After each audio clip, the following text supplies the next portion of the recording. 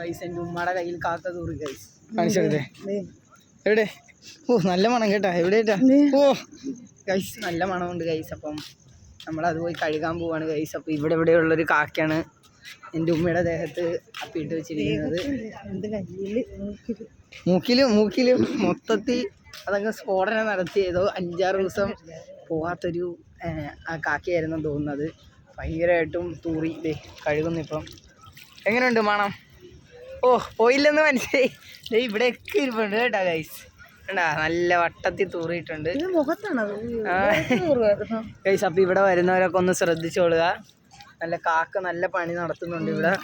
അപ്പോൾ രാത്രി സമയങ്ങളിൽ വരുന്നവർ പ്രത്യേകം ശ്രദ്ധിക്കുക. പിന്നെ ഇവിടെ പൈപ്പുണ്ട്.